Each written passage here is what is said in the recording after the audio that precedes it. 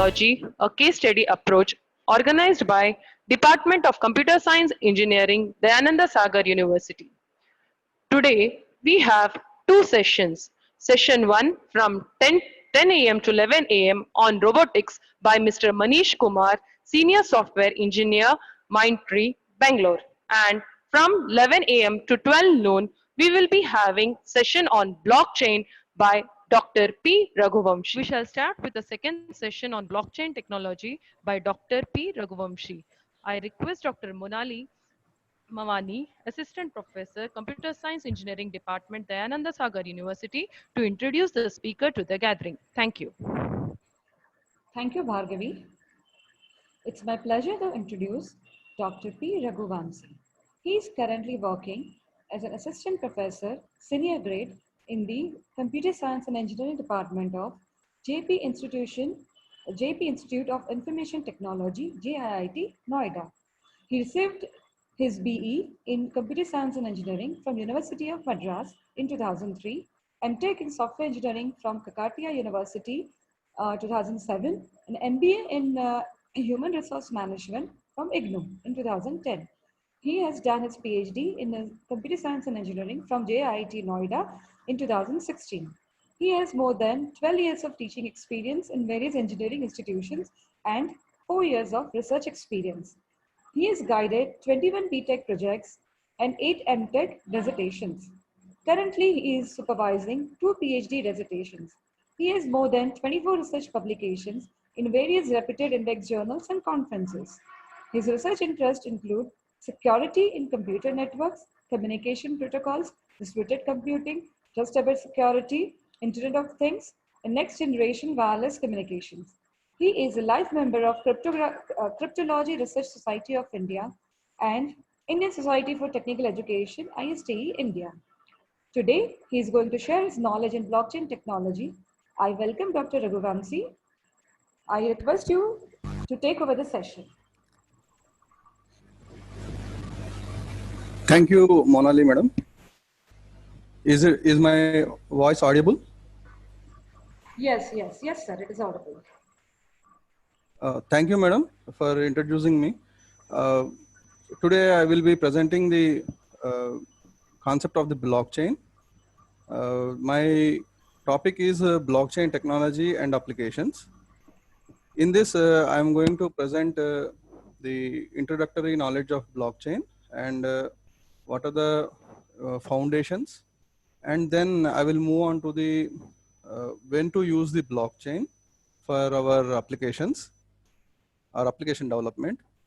Then I will give you some documents related to how to install the Ethereum and how to install other blockchain applications, blockchain softwares on the on virtual machine or Windows 10. So then finally, I will give you a flow graph that when to use the blockchain and for what purpose or for what project requirements we can use the blockchain. So sharing of the screen.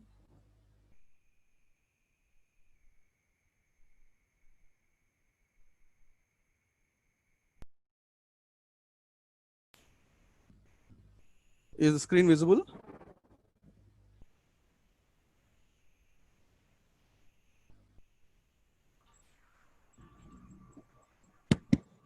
Yes, is the screen visible, madam? Yes, sir. Yes, sir, it is visible.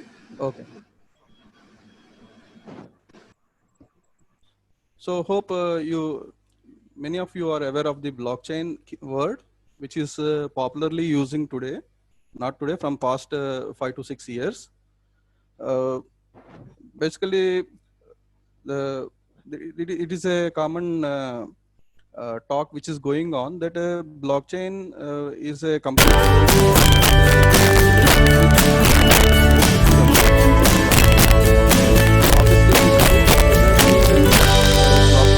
completely new technology or it's a brand new one which is completely different from others.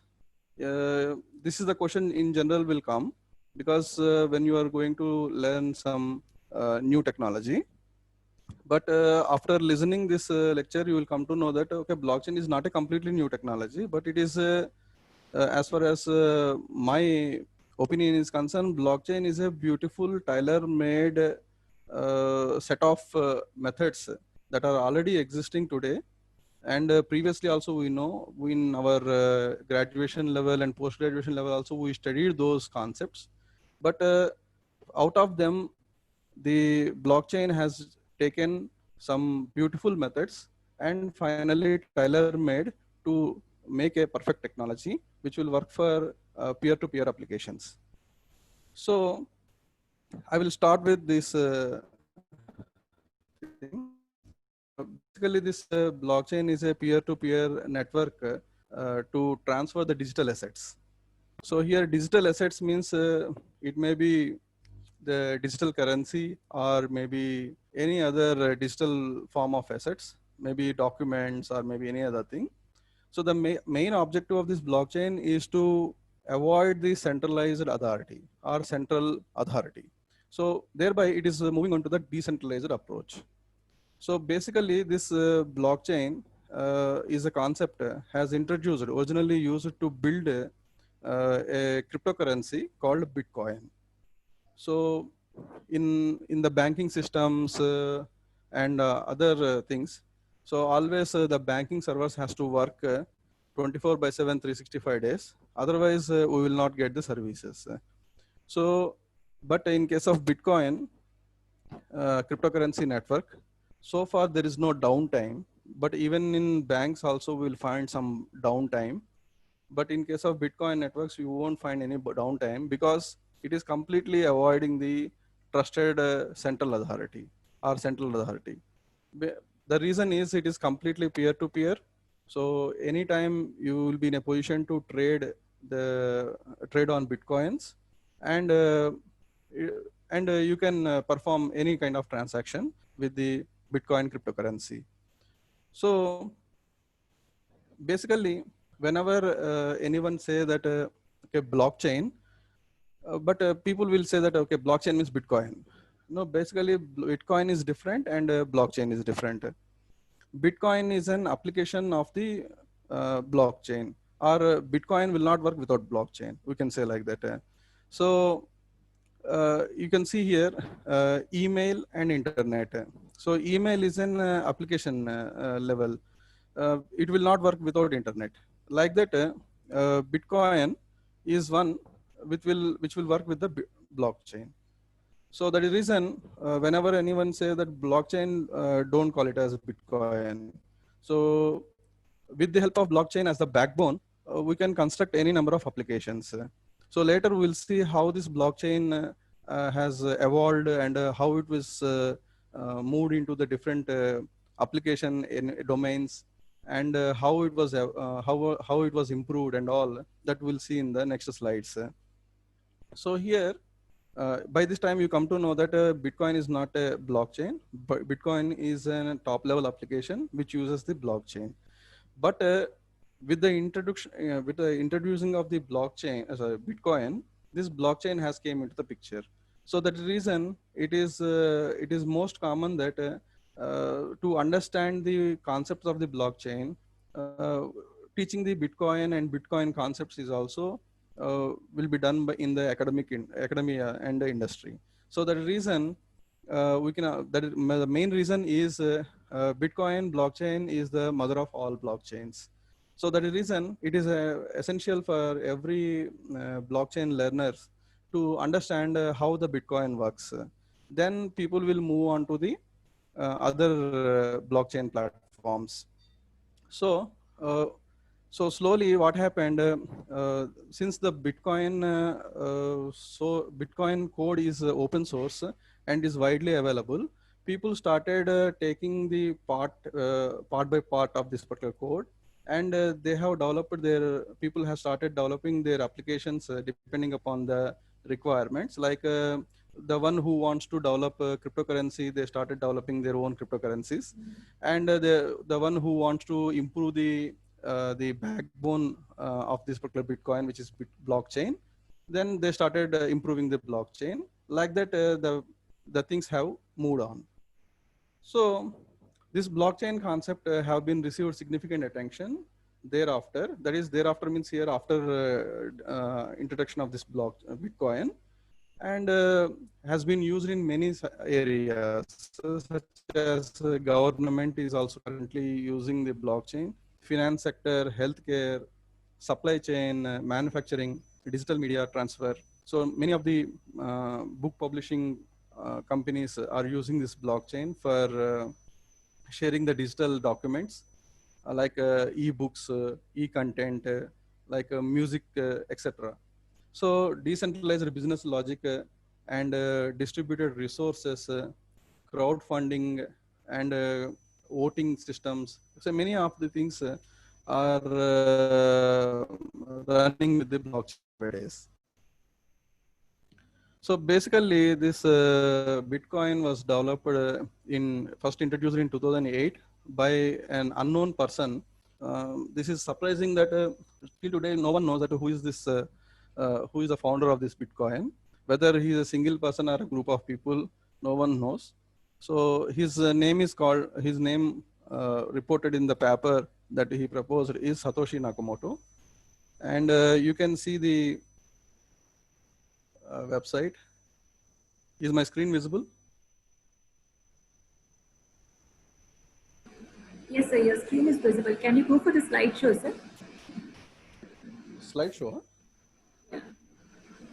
No, just now currently on top of my screen, a notepad was opened. No, sir. We didn't see that. You didn't see the notepad? Okay. So again, I have to stop this sharing and I have to start. Huh? You have to go to that tab. Where is the notebook? New share. Okay, okay. Now? You can see now. So I recommend everyone to go through this paper, which is the base paper, Bitcoin, a peer-to-peer electronic cash system. So in this paper, it was clearly mentioned how this is used, or how this particular blockchain, the Bitcoin blockchain is used.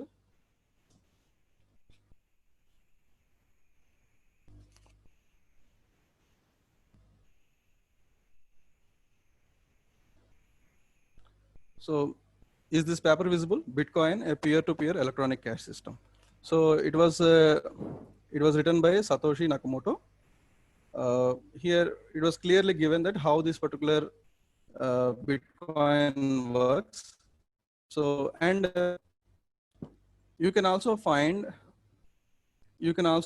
this source code via GitHub, Bitcoin source code.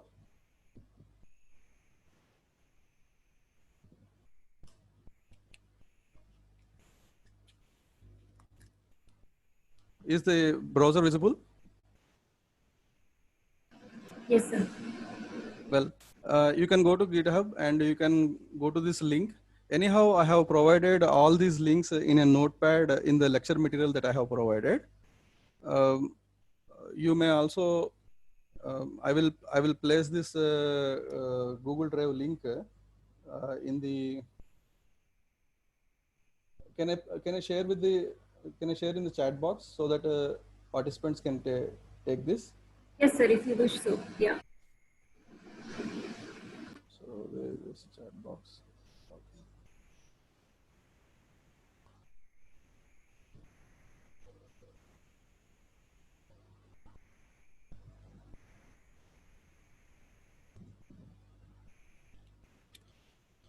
Well, I have already posted in chat box, so you can download the content.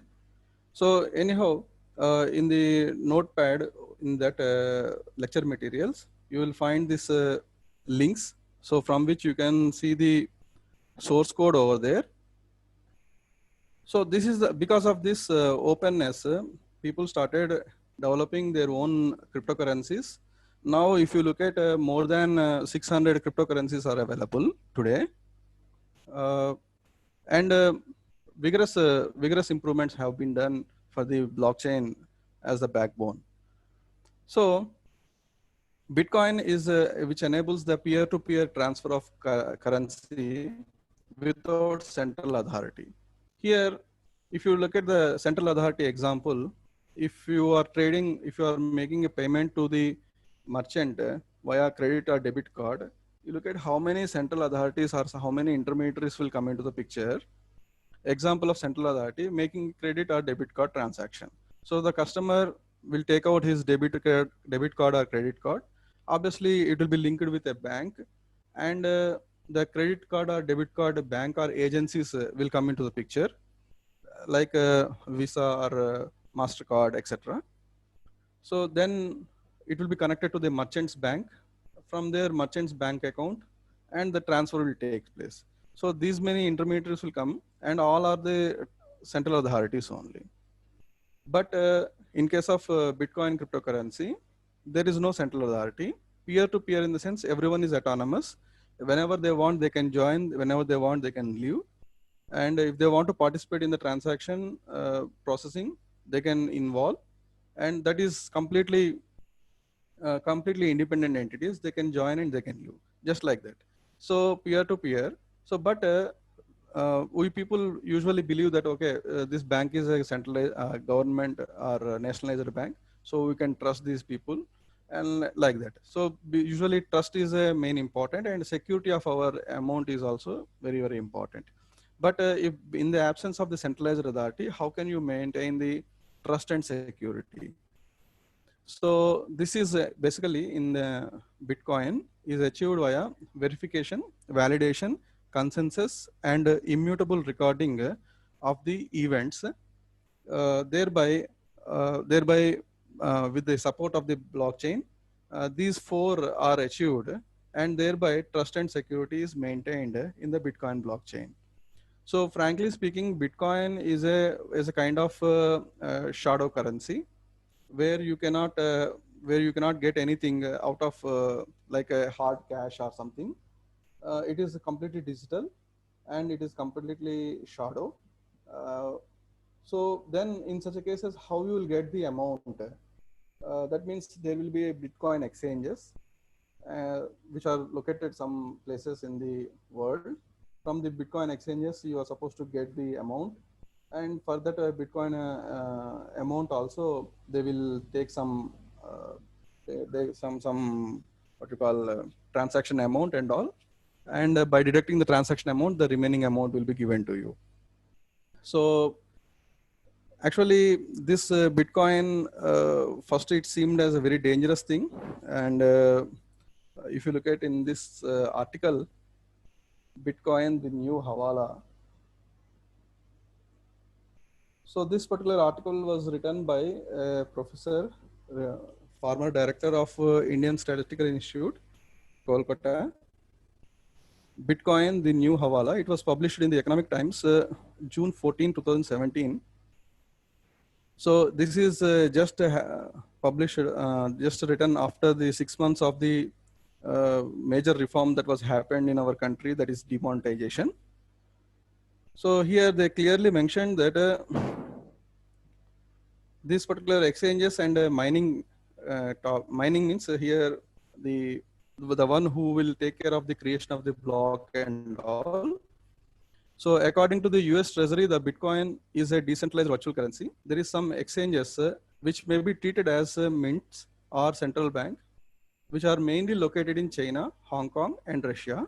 There are various companies called there are various companies called miners under each exchange.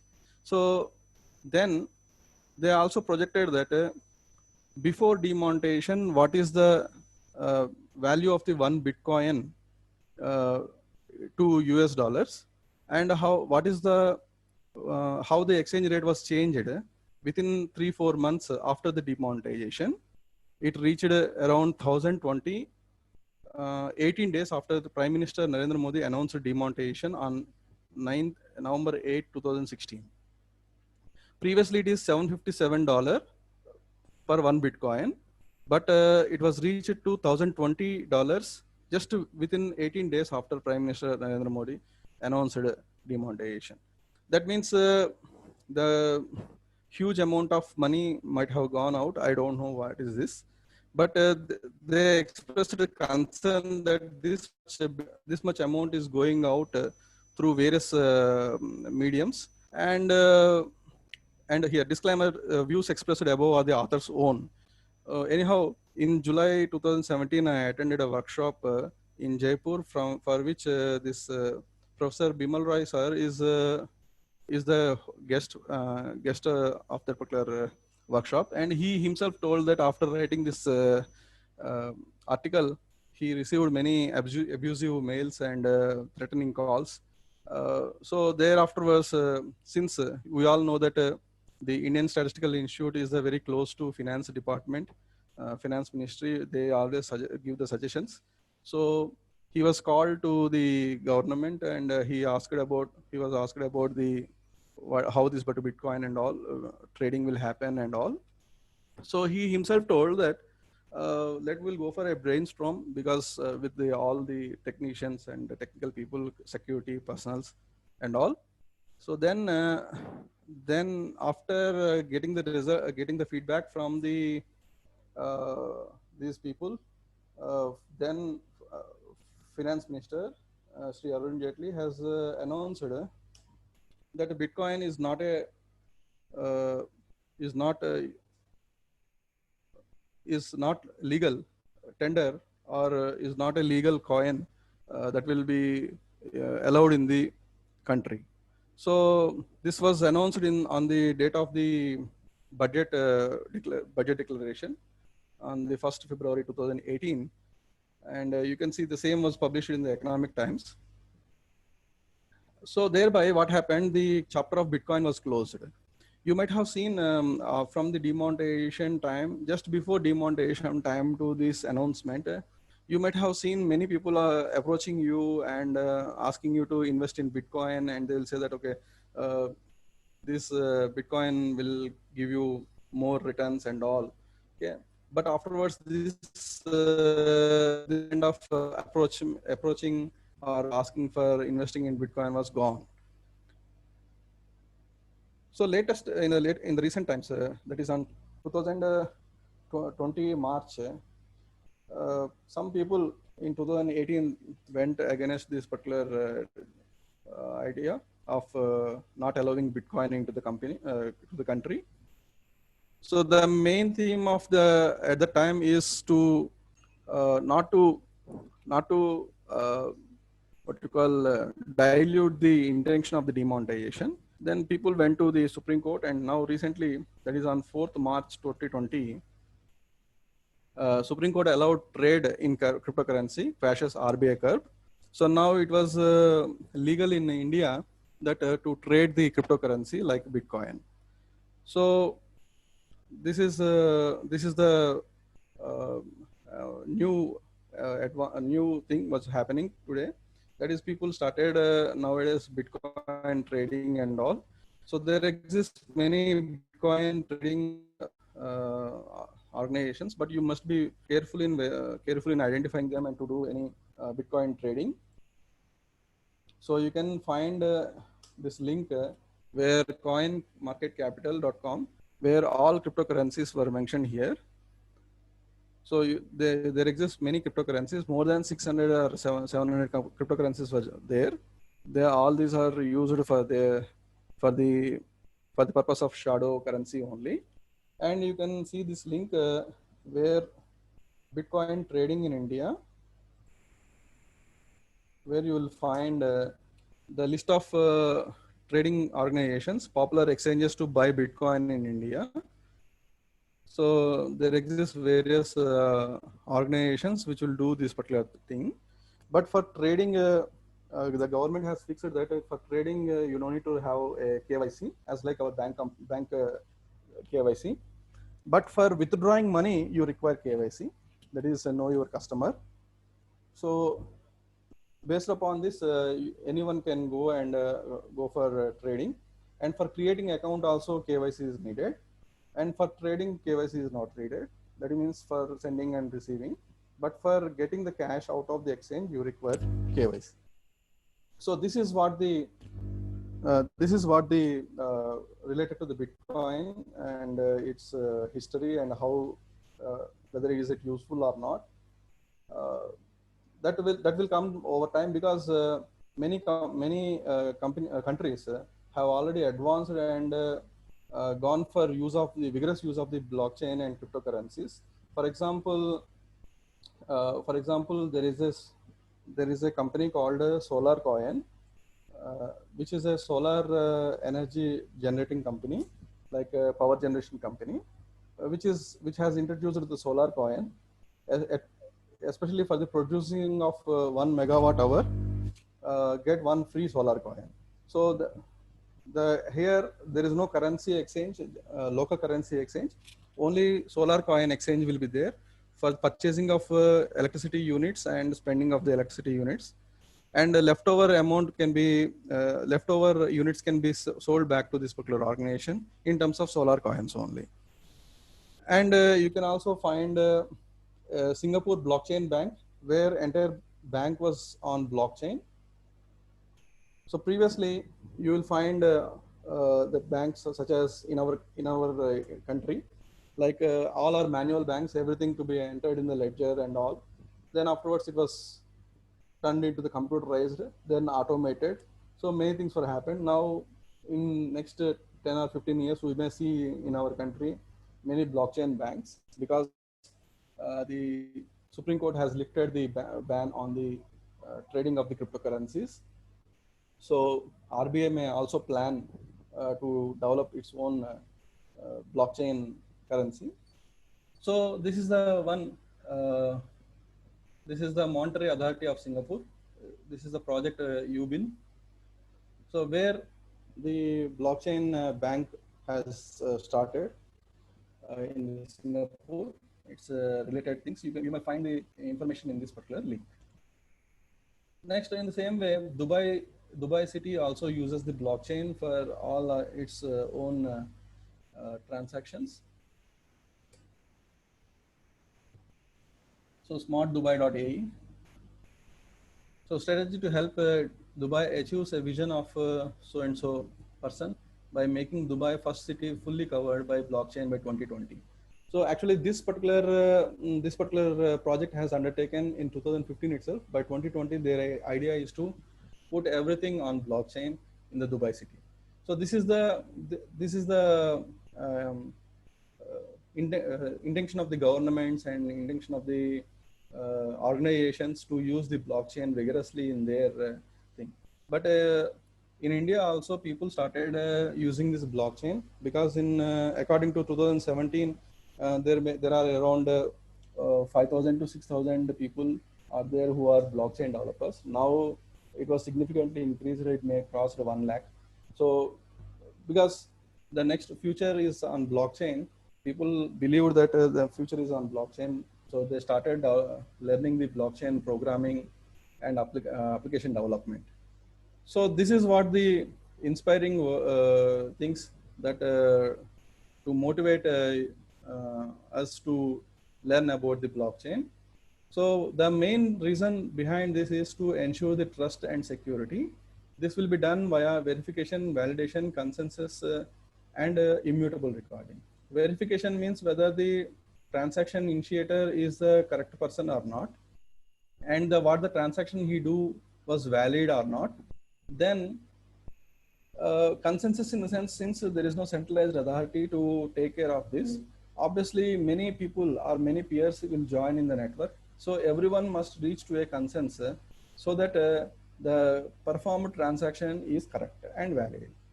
So once they achieve to a consensus, then the transaction must be recorded so that it cannot be changed in future.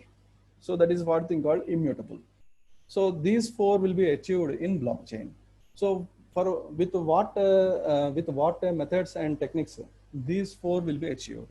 So whatever the methods and techniques that they use is not completely new. Already we are aware of that. To understand better what is this verification, validation, consensus, mutable recording, that we'll see one example. Here there are two persons, Ramu and Gopal. Ramu gives rupees 1,000 to Gopal, and both Ramu and Gopal will maintain their own ledgers. Ledgers in the sense a register will be maintained in which they keep on writing from whom they have got this amount and from to whom they have spent the amount, just like our ledger book in the shops and commercial areas. So Ramu will write to Gopal rupees 1,000 was given, and at the same time Gopal will also write from Ramu I have received 1,000 rupees. So this is the proper way of writing the ledger. But we can't trust that all the in all business environment or commercial environments the ledgers will be written like this, or sometimes some misuse people will be there. They will write like, for example, if the Ramu has written to Gopal I have given 1,500 rupees, and Gopal may also enter from Ramu I have received only 500 rupees. So this is the transaction actually was happened, but they have entered the wrong entry in their ledgers. So, but who will verify this? If even if even any auditor, if they go to Ramu's company, they will check their ledger and their balance sheet. And any auditor may go to the Gopal's company and check their ledger, but they cannot compare these two ledgers because the ledgers are independent and the auditing is also independent. So the the normal transaction that was happened is Ramu to Gopal rupees 1,000. So for that, since there is no trusted third party to verify this transaction, if you might have used a central authority like bank or something, obviously unless until they don't have any prior balance and the correct transaction, that particular thing will not be approved. The transaction will not be approved. But in case of peer-to-peer environment, how it will be done? So whenever this transaction is generated, they use this particular transaction will be sent to a copy of this transaction will be sent to all peers in the network. That means who are the participants to all those participants, this particular transaction will be sent. So there may be a participant called peer node called Krishna and Paras, maybe Radha. So these people will receive a copy Excuse me, sir. Madam. Are you sharing any PPT? I'm sharing PPT, madam. We are not able to see the PPT. Okay, okay.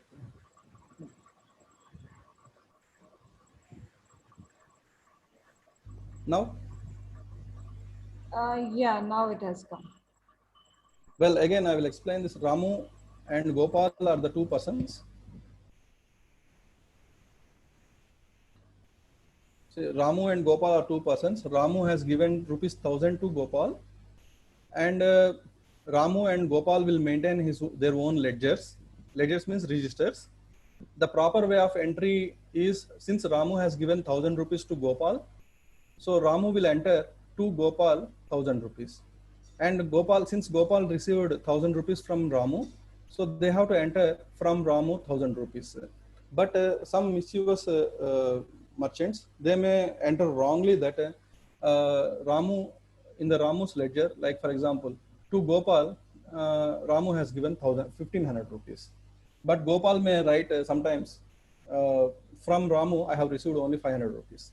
So this is the wrong transaction entry, or this is the wrong entry happened in the ledger. But since if there exists a centralized authority like bank and all, they will verify easily that whether the amount is sufficient or not, sufficient funds available or not.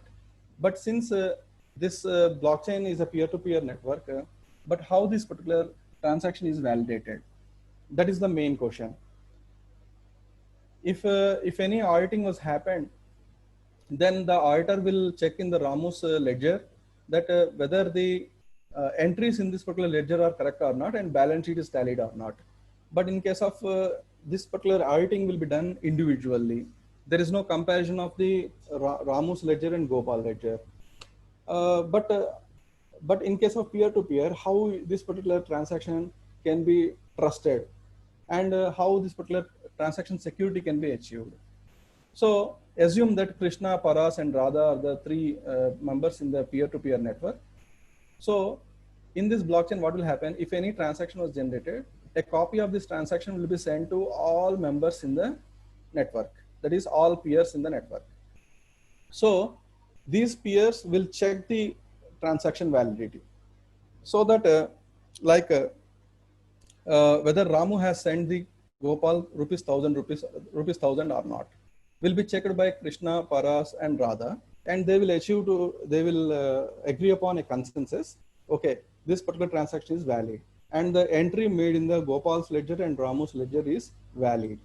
So if it is valid, then they will say that, okay, commit this particular transaction, and this particular transaction will be recorded onto the ledger, and this particular transaction cannot be changed or modified in future. So these are the tasks will be done by the peer-to-peer nodes. So here what they will do is, first they will verify the transaction, identity of the Ramu and Gopal are correct or not, and whatever the keys they use, that I will discuss afterwards. What are the keys they use will be verified. Next is whether the signature is correct or not, they will verify transaction validation, and then afterwards they will reach a consensus via some consensus protocols. So you might have studied in distributed computing, there will be distributed consensus protocols. Similar kind of consensus protocols will be used here. Next is creating immutable ledger. So this is what we call block creation. So when the block is created, it cannot be changed further. So these are the four main things will be done by these peer-to-peer nodes. So in any business network, usually it involves customers, manufacturers, bank, financial institutions, partners, stakeholders. See, all these these people can be considered as peers. So mostly business happen through markets. So previous example that I have told you with respect to the cryptocurrency, and this particular thing, what I am explaining now is related to the general business environment. Mostly business happens through markets, like they may be private markets like supply chain, finance, financial bonds, usually will not be disclosed out. Some may be public markets like grain market, fruit market, car showrooms. These are the public markets. Whatever the market it may be, but transaction validation, transaction verification, and transaction mutability, that is after verification, are required. So that is the reason mostly this particular wealth business is generated via exchange of assets like goods and services.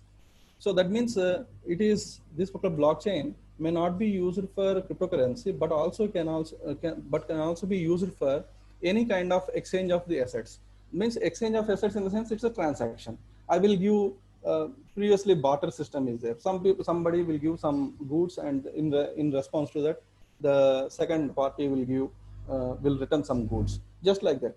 So it may not be cryptocurrency or digital cash, but maybe anything that you can be transacted and recorded, verified, and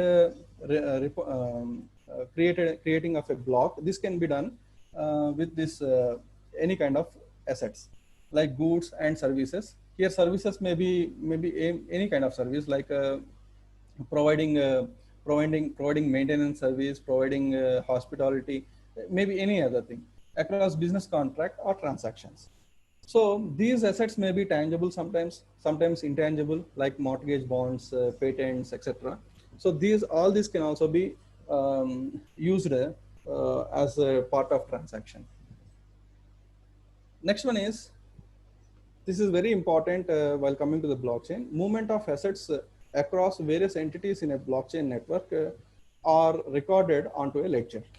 So anything that you are going to record in a ledger, okay, so for that usually these transactions will be recorded on a ledger.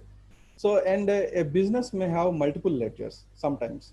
Usually there is no guarantee that only one ledger will be there. There will be like ledger A, ledger B, okay, book A, book B, like that the people will maintain. An asset transfer onto or off the ledger is said to be transaction.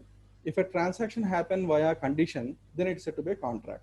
That means based upon the condition, that is I will pay this much amount, and within this time this much products, this many products has to be delivered. So like that it may be happened via contract.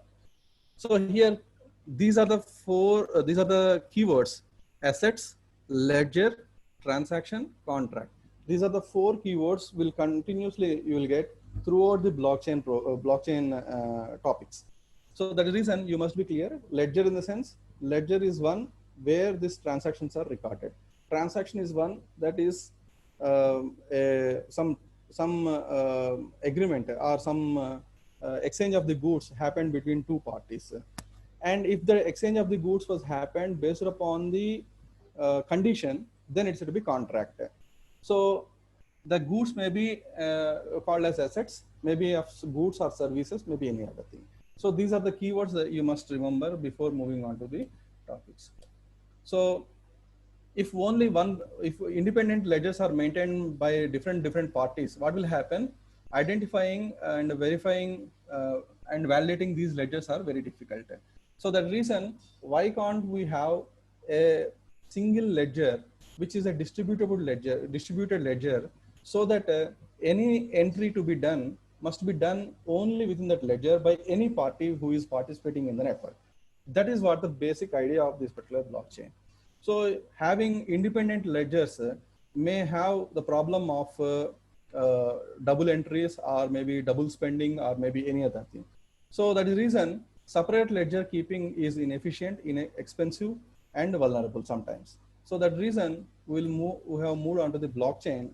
That is, blockchain is a trusted distributed ledger which is shared across the business processes.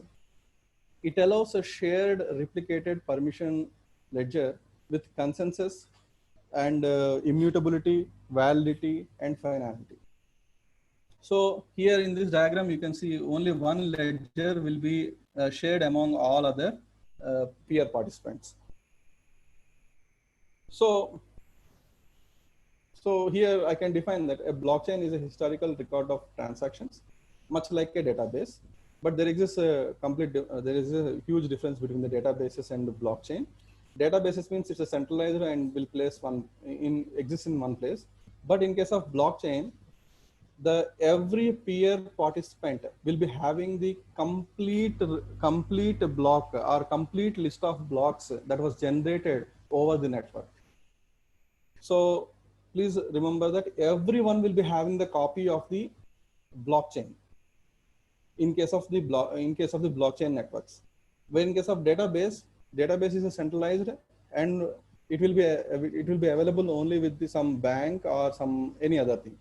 But in case of blockchain, every peer participant in the network will be holding the entire blockchain. Okay, so that means everyone will be having the copy of the blockchain. So blockchain is just like a node in the single linked list. If you want to realize how the blockchain look like, just you realize the single linked list. So in the single linked list, what will happen? First, what we do is we'll create a starting node called head. Whatever the new nodes that we create, that we'll add to the next to the head. Like that, we keep on adding the nodes. So in case of single linked list, what will happen? Nodes can be added in the beginning of the list, maybe at the middle of the list, maybe at the end of the list. But here in blockchain, blocks can be added only at the end of the list or end of the chain. So this is the main condition here. The reason is, if you look at here, the diagram, the starting node is this one. In case of linked list, starting node is said to be head. But in case of blockchain, the starting node is said to be genesis block. Whatever the blockchain that you create, starting node is said to be genesis block. Next block I will be created, next block I plus 1, block I plus 2, like that it keep on going. Here, every block will be having a hash of the block. What is this hash means? It is a cryptographic hash. So cryptographic hash functions will be there like MD5, SHA-256, SHA-512, like that. So here mainly SHA, simple hash algorithm, 256 will be majorly used for generating the hash.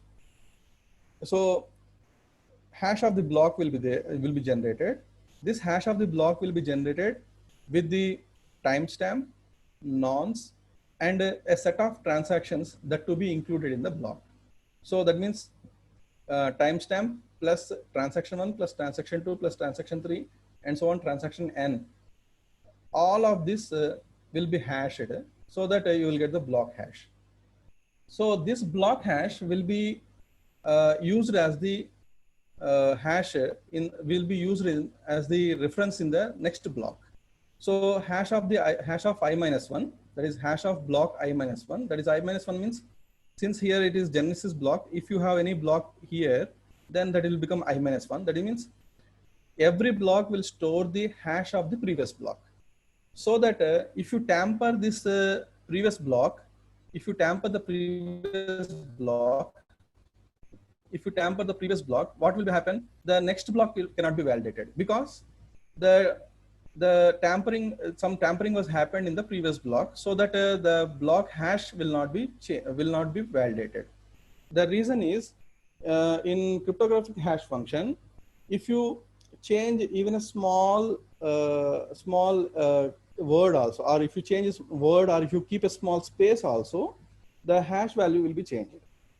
So that is the reason you cannot tamper any transaction that was previously generated in the previous blocks, since that particular hash value is used as the reference to the next blocks. Like that, block I plus 1 is having the hash of block I, whereas block I plus 2 is having the hash of block I plus 1. Now you look at the case block I, hash of block I minus 1, timestamp tx1, tx2, tx3. So all combined will go for generating of a hash. That is the hash of this block I. Now, if you make any changes here, what will happen? This entire block hash will be disturbed. So that what will happen? This will disturb the next block, and this will disturb the next block. So next blocks cannot be validated. So thereby immutability was achieved. So that means you cannot change any transaction here. Is it clear? So in this way, the immutability is achieved with the help of cryptographic hash functions. So every block consisting of two things like header and content. The header consisting of the technical information like reference to the previous block. In the case of linked list, we will store the address of the previous block, but here we will store the hash of the previous block.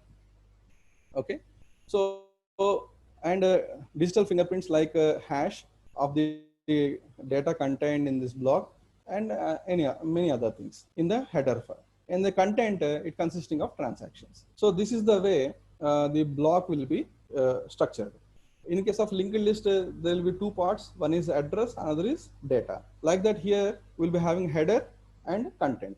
In the header, we'll be having the information related to the previous block, like hash value of the previous block and all. In the content section, we'll be having all the transactions. And all these transactions are not openly visible. All these are hashed again. Okay. We'll see the Bitcoin blockchain, Bitcoin's Genesis block. You can see this Genesis block here. You can find this Genesis block at the reference like this. Is the screen visible, madam? Yes, sir. It is visible, sir. Yes, sir. I opened browser. Yeah, it's visible, sir. So this is the block 0. Block 0 means it is Genesis block. Okay. So you look at here, this is the hash of the block, and this particular block was generated in 2009 by Satoshi Nakamoto. Difficulty is 1. Difficulty in the sense, I will tell you what is the difficulty and all. Actually, difficulty is the effort that required to mine this particular block. Okay.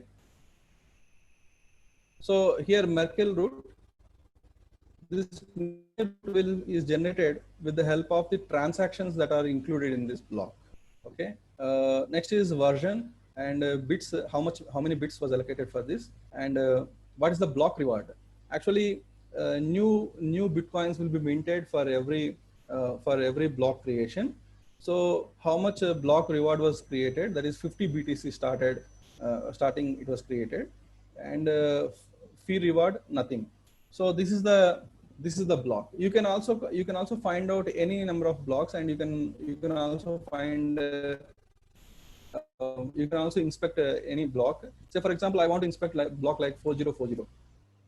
So just to search here, whether you want to search the block 4040 with respect to BTC or ETH means Ethereum blocks. Okay. I want BTC, Bitcoin block.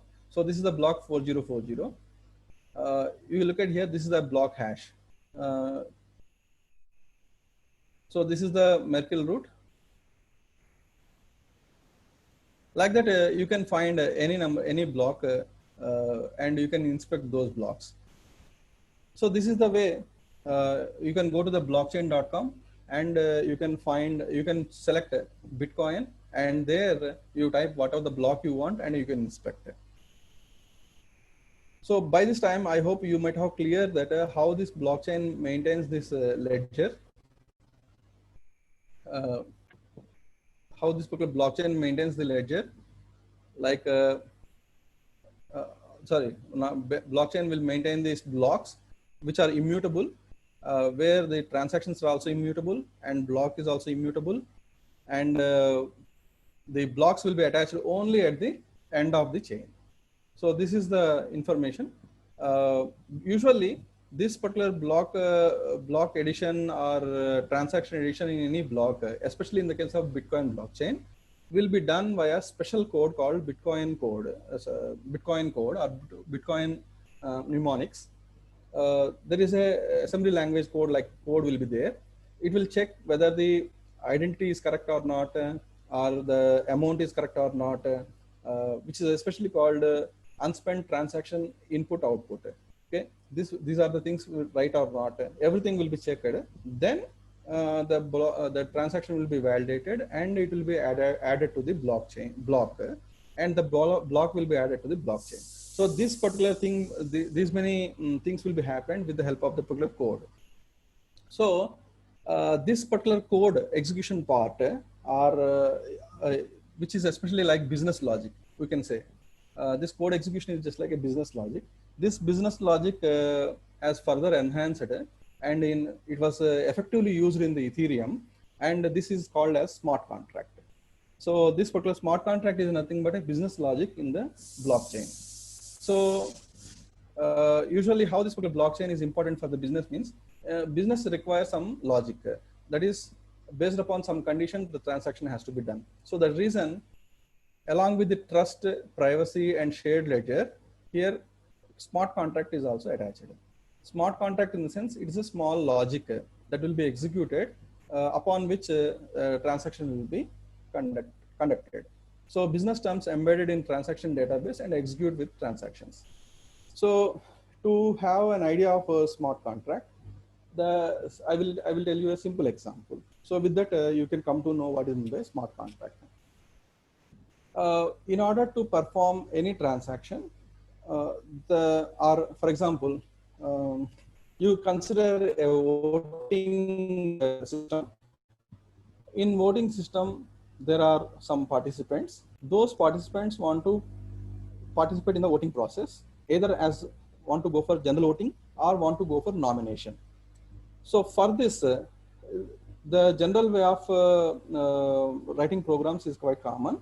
You can write anything, but here the smart contract, what is the logic to be implemented in order to perform this voting or nomination is the age of the person should be greater than or equal to 18.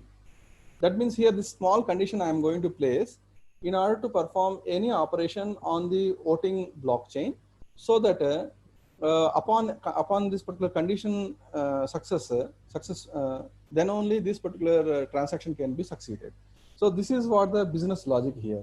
Or we can say like a general insurance, it is a travel insurance, we can say. If this is the contract between you and the insurance people.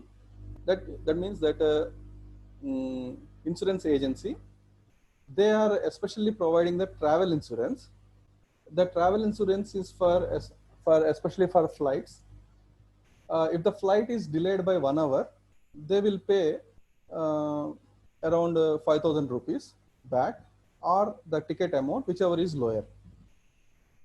For that, what you are supposed to do is you are supposed to pay a premium of 500 rupees just before starting of the 10 hours of the departure of the flight. So now here conditions are there. What are the conditions?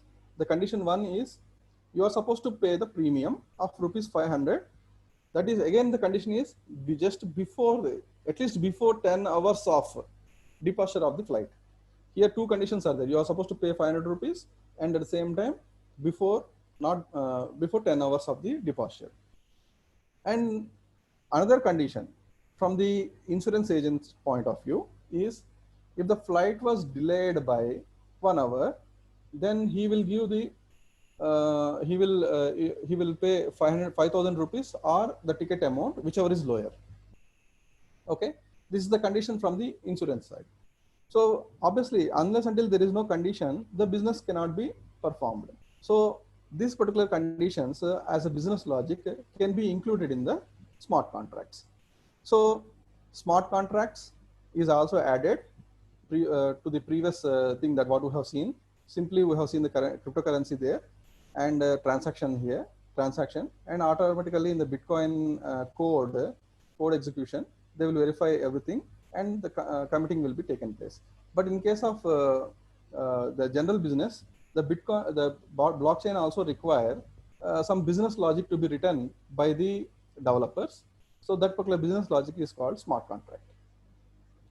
So this is the way how business can be blockchains can be developed with the help of smart contracts. So there are, because based upon these advances and enhancements, here blockchain versions, if you look at blockchain version 1.0 means distributed ledger technology for cryptocurrency. It's a simple distributed ledger technology like how Bitcoin works. In case of blockchain 2.0, what happened is it is the blockchain 2.0 is having the features of blockchain 1.0 plus smart contracts. That means if you add smart contracts, then it is blockchain 2.0. So where smart contracts are small programs that live in the blockchain. Here I have typed it wrongly here, that lives in the blockchain. So example, Ethereum. In case of blockchain 3.0, it is having the features of blockchain 2.0 plus development of the decentralized applications. So which is called DApps, not dev apps, it's DApps. Okay, decentralized applications. Decentralized applications means there is a front end plus smart contract execution. So here Ethereum will also support front end development using JavaScript or Python, and smart contract writing using Solidity programming, and it will be executed on the Ethereum virtual machine. Thereby this particular blockchain 3.0 can be realized. Next is blockchain 4.0, which is having the feature of blockchain 3.0 plus industrial applications. So it is adding blockchain 3.0 plus IoT, we can say. So which is around blockchain 4.0. So industrial applications or industrial Internet of Things can be added with the blockchain. Using blockchain for industry applications such as automation, ERP, like that. Or blockchain for the supply chain management can also be is a good example of this blockchain 4.0. So I hope by this time you come to know what are the various versions of the blockchain.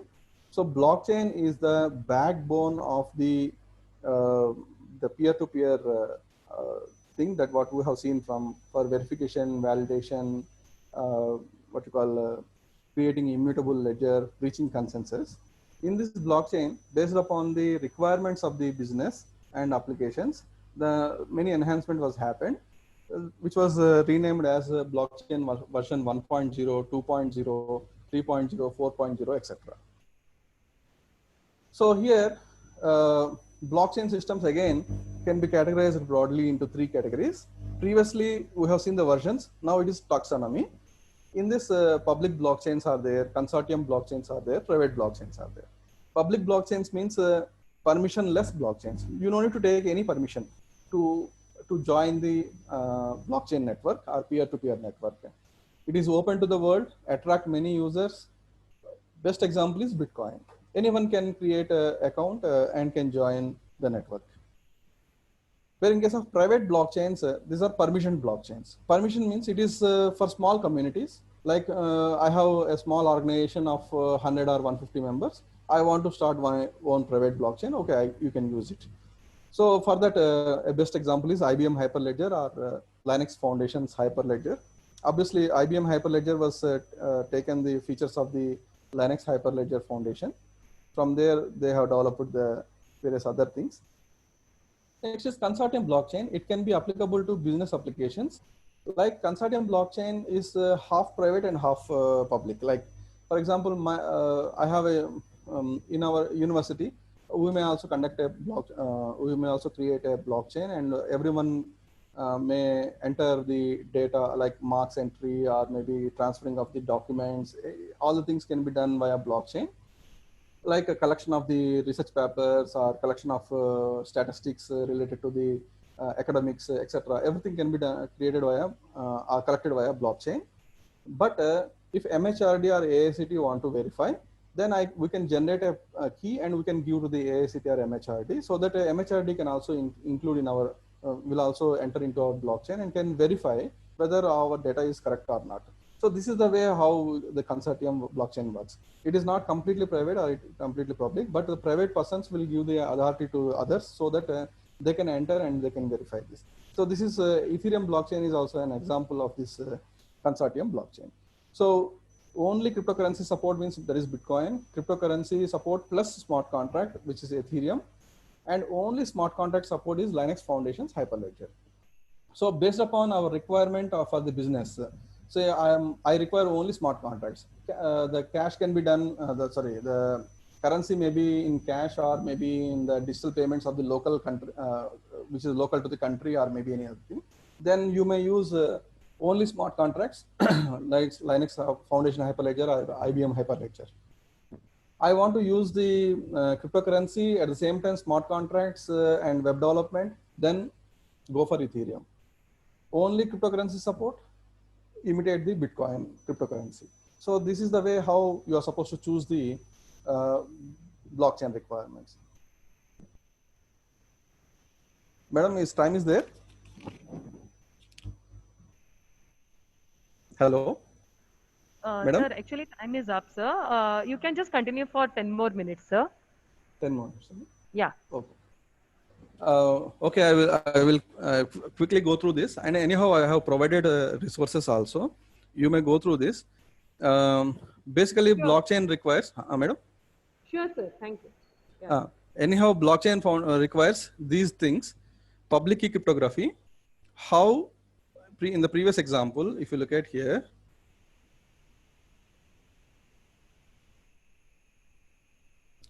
In this example, how you know that Ramu has sent ₹1,000 to Gopal? That means Ramu will be having a pair of keys like public key and private key, and Gopal also having the public key and private key. In general encryption, what we do is we will encrypt the data using the public key and will be sent to the Gopal. Gopal will decrypt this via his private key. But in case of cryptocurrencies, what the Ramu will do is he will encrypt the transaction with the private key of himself and will send to the Gopal. Gopal will verify that via public key of the Ramu. So this is what is called signing, or we can say digital signature. So signing of the transaction will be done by Ramu. Whether that particular transaction signing is correct or not will be validated via transaction validation. That is what is called here signature, right? So for this, we require public key and private keys. So this public key cryptography will be used in this, which is the blockchain fundamental. So for this, elliptic curve cryptography is widely used, and for integrity purpose, cryptographic hash function or hash algorithm called SHA-256 is popularly used. Bitcoin uses double hashing method. That is, whenever you go for hashing of a function, then obviously the hash code that is generated or digest code that is generated cannot be with the digest code we cannot get the original information, or that is it is majorly these hashing algorithms are the one-way hash functions. So that is the reason we cannot get the information back with the digest code. So that is the reason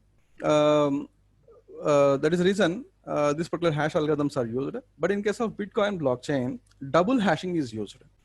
The double hashing is more secure. because even though you crack one hashing, second hashing cracking is very difficult. But in case of 256, currently that particular hardware configuration is not available today to crack this particular SHA to digest codes. Okay, next one is for the digital signature. Basically they use elliptic curve digital signature algorithm is very popular in the Bitcoin cryptocurrency and many other cryptocurrency and other blockchain networks.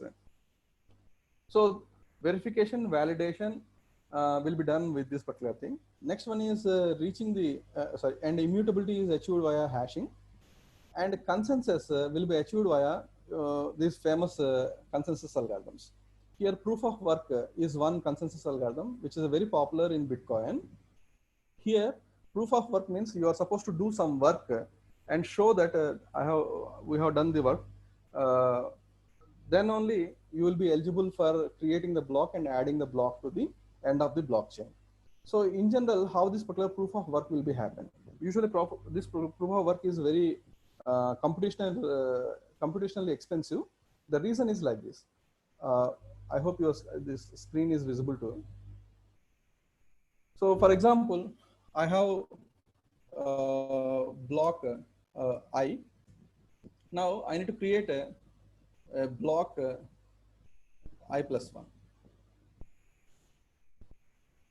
So to understand the proof of work, how it will be, a puzzle will be given, which is called a cryptographic hash puzzle. To understand, this is not the exact puzzle, but to understand how the puzzle looks like. For example, the puzzle will be like this: hash of I concatenate with some nonce, then some digest. So that means hash of block I, okay, added with some nonce. Nonce means a random number. In cryptography, you are aware of that. Nonce means a random number. So a random number will be added to the hash of the previous block. Hash of the previous block, so that a digest, message digest will come.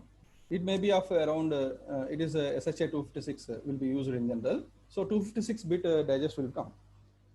Now, the peer nodes in the network will be aware of the block hash of the block I, because everyone will be having a copy of the entire blockchain. So everyone know that what is the previous block hash. And digest, everyone know this digest, but no one know what is the nonce. So this is what the trick here. It is a puzzle. You are supposed to find what is the nonce generated by the blockchain protocol, so that once this particular nonce is correct, then whatever the digest what you generated will also be matched. So identifying this nonce is very difficult because it is a very big random number. It is just like if I throw a pin in a small clear room, you will find within 1 or 2 minutes.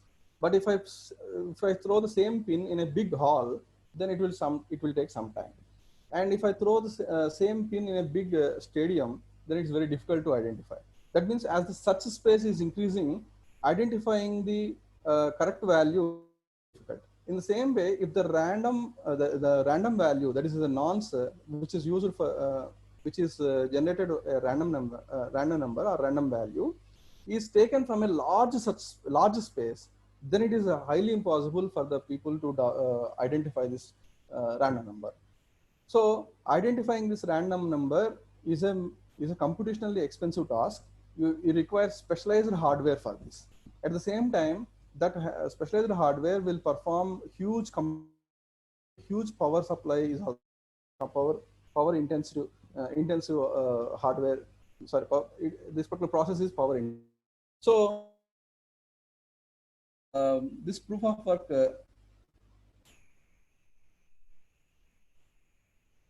so for this proof of work is computationally expensive and very costly, and at the same time require heavy hardware to do this. So this is the proof of work algorithm, how it will work. So I have told you this proof of work algorithm in a simple manner, very simple manner. but this is not the exact one. This may be also a puzzle, you can use it. It's of your choice. But sometimes the algorithm may take the transactions which are already available, which is not included in previous blocks, and hash of all those transactions plus nonce. So like that, some puzzles will be generated. So I hope by this time you come to know what is meant by proof of work. In the same way, proof of stake. In this, everyone has to, the peer nodes has to deposit some cryptocurrencies, so that who have deposited more currencies will be having chance to create a block. Next is proof of elapsed time. It is completely hardware based. It was developed by Intel Secure Enclave hardware, in which what will happen is whenever a block to be created, a random nonce will be sent to the hardware by the protocol which is running there. For this, the main thing is all the peer nodes must use the same Intel Secure Enclave hardware platform. Then only this will work. So what it will do is it will send some random number to the hardware.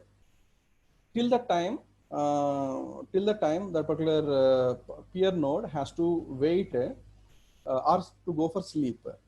That particular hardware has to go into sleep. So once it is wake up, who have waked up early, then that particular node will be having the chance to create the block and add to the blockchain. So how the hardware will verify that whether the node has waited till that time? For that, what they do is a cryptographic proof will be generated during the sleep time to prove the waiting time. So based upon this particular waiting time correctness, the block generated by that node will be added to the blockchain. Next one is proof of authority. Here some authoritative nodes will be there. They will go for creation of the block. And Paxos, Raft, PBFT variants are the different other consensus algorithms which will work on top of the conventional distributed consensus algorithms. Okay. So here, this is the combination of all these algorithms with respect to the complexity and tolerance of the adversaries, and what are the possible attacks identified so far, security attacks identified so far on these algorithms. So various other blockchain applications, they are including finance, security, reputation systems, public services, etc. So here, these are the blockchain platforms, Ethereum and Hyperledger. According to the GitHub popularity, I have listed here. Next is multi-chain, Hydra chain, Open chain, IBM Bluemix blockchain, chain, IOTA. So all these are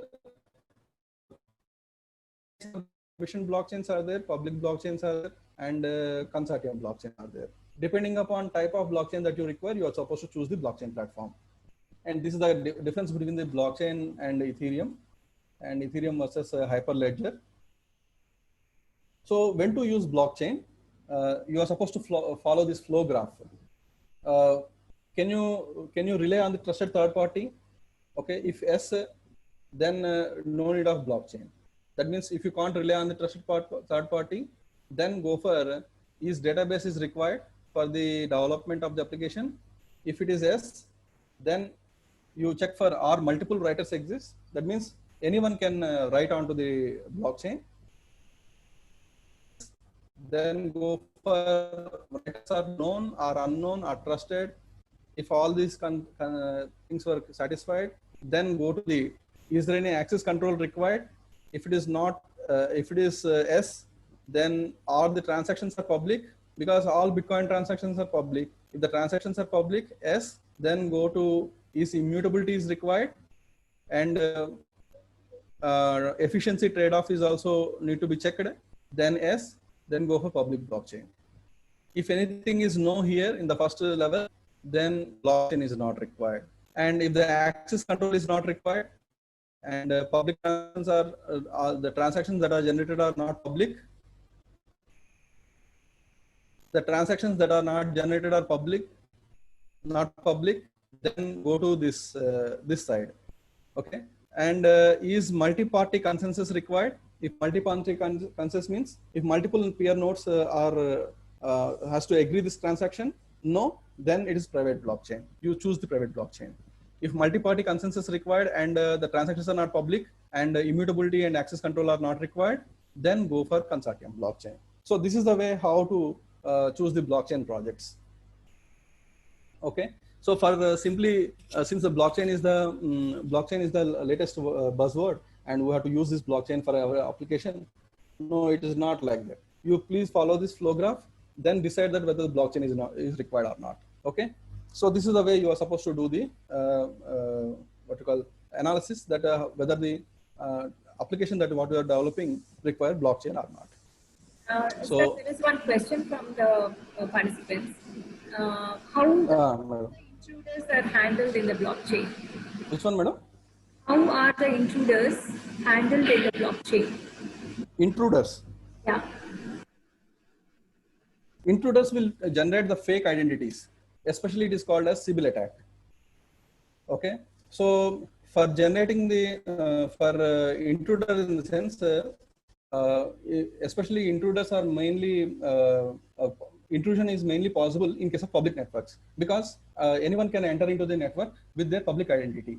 Here public identity means public key. I can generate any number of public identities, any number of public keys. So even for mining process or for transaction also, anyone can enter into the peer network, or which is, since it is public network, with the public identity. So that is the reason blockchain, what the blockchain will do is, for mining process or consensus, that is what we call consensus process, it will give the chance to only one IP address per subnet to avoid this particular Sybil attack. So only one IP address per subnet. Okay. So from one subnet, only one will get the chance to perform the mining task. Okay. So this is the way how the Bitcoin blockchain will try to avoid this Sybil attack. Sybil attack is the fake identity. Okay, with the fake identity, intruders will enter into the public blockchains. In private blockchains, it is not possible, because there is a authority will be there. He will generate the keys and he will give it. Okay. Any other question, dear participants? Please type in the chat box. We will wait for 2 minutes. Oh, okay. One more thing I want to tell you. Here in the resources that I have provided,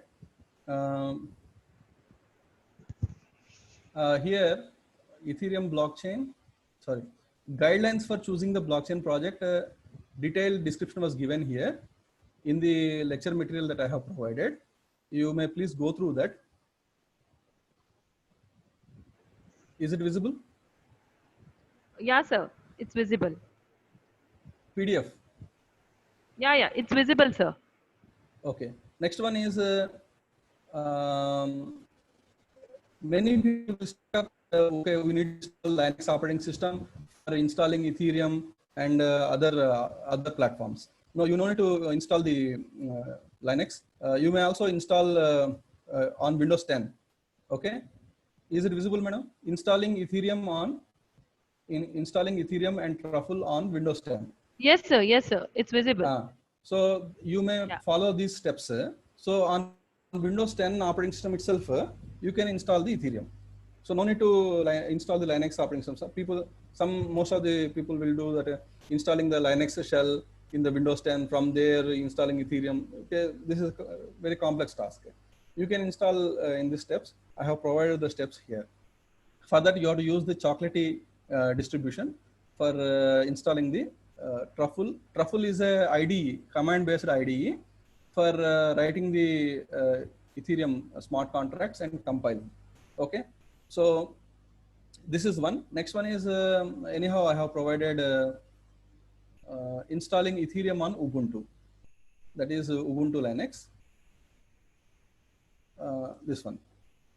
So installing Ethereum on Ubuntu or Debian Flavor Linux operating systems. So these are the steps you are supposed to follow. Here you may install any wallet for looking for the Ethereum balance. Either it may be MetaMask, or it may be Mist, or it may be Gnash, maybe any other thing. So here Mist is the this is the official Ethereum wallet. So I recommend you to install this. For this, these are the steps you are supposed to follow. So like this, some resources were provided and some links are also provided. So in your free time, you may please go through that. Yeah, thank you very much, sir, for the informative session and sharing your deep knowledge on Blockchain. blockchain technology and Bitcoin cryptocurrency systems. Thank you very much, sir. I hope Thank you, ma'am. participants have taken a full advantage of it. And we are very sorry, sir, because we were time constraint was there. We made you run over the slides. Sorry very much for that. We Okay, no problem, kindly madam. apologize, sir. Actually, Really, but I had to make within time, but no, sir. That's not the thing explanation gone out because of it. your knowledge about Bitcoin, cryptocurrency, blockchain technology is huge. So even if 2 hours is also given, you may run out of time. I feel, sir. That's the Obviously. thing. Thank you very much, sir. Thank you all Thank you, participants. ma'am.